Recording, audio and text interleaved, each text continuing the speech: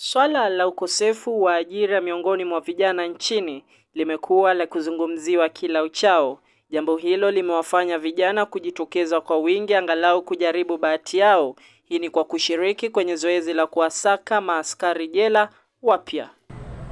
Katika eneo bunge la Kisauni, kaunti ya Mombasa, zoezi hili lilifanyika katika shule ya msingi ya Hadija, na kama ilivyoratibiwa, zoezi hilo likaanza hata licha ya kuchelewa. Funga mdomo, funga hiyo ingine. Hii haujafunga. Haujafunga. Funga hii. Bwana angalia kama angalie mimi, funga uniangalie. Ni utulie. Funga hiyo. Funga tu tulia. funga kabisa, hujafunga hiyo. Napatana na Brian Muturi, kijana wa miaka 22 aliyejiamini na hivyo kushiriki zoezi hili, ila mambo yakamwendea mrama. Muturi alitemwa nje kwa kosa la kutokuwa na uwezo wa kufunga jicho la kushoto. Na nimekuja kutafuta kazi ya warden. Nimetolewa na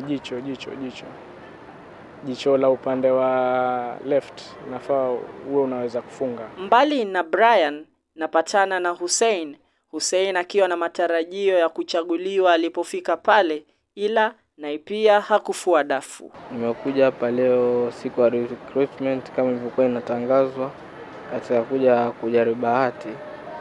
Isivyo bahati nzuri kwangu, leo nimetolewa katika line. So tuliambiwa tutoe vitu hizo certificates na nimetoa zote, hakuna kitu ya haiko. Then naambiwa tu niketi kando, then baadaye tunaambiwa watu watoke. So hata sijui nini imenitoa, sababu kila certificate iko hapo. Juu hata height sijapima, hiyo foot sijapima, kila kitu. Vijana hawa wawili, Brian na Hussein, licha ya kutofaulu, walikuwa na ujumbe huu kwa vijana. Vijana, kusaka ajira ni kitu important katika maisha. So ukiona opportunity kama hii, unakuja kujaribu na wewe. Huwezi jua bahati yako. Nenda milioni nimekosa, lakini kesho nikapata. Yote ni maisha haya. Kuna ups and downs lazima katika maisha.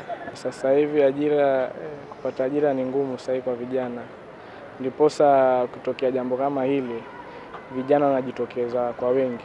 Najua kuna kazi siku hizi. Serikali inazidi kunyoshewa mkono wa lawama kutokana na ukosefu wa ajira, wengi wakiitaka serikali iweze kuwajibika na kuliangazia swala hili komavu. Swala la ukosefu wa ajira miongoni mwa vijana hapa nchini linaendelea kuwa tatizo kubwa. Hivyo basi vijana wamejitokeza kwa wingi angalau kuja kujaribu bahati yao ya kuweza kuchaguliwa kama maaskari jela. Nikiripotia Mtoto News kutoka kaunti ya Mombasa, jina langu ni David Pastor Ward.